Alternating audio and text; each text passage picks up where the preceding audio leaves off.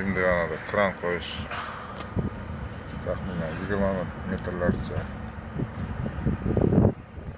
50 metrlik kran qo'ymoqchi bular. Hech qanaqa shahar sozlik normasiga sanoat xavfsizligiga to'g'ri kelmaydigan ishni qilishyapti. Buni ustiga mana bu tomonda favqulodda vaziyat sodir qilib qo'yish mumkin. Favqulodda vaziyatlarga faqat yong'in emas, ko'chkilar,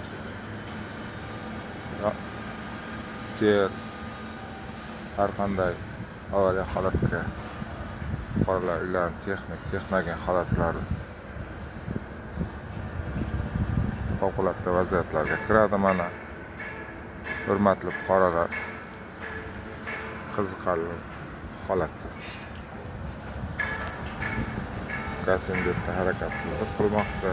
Hech qanday nazorat ishlari olib borilmagan. Tegishli tashkilotlar nazoratga olishni so'raymiz.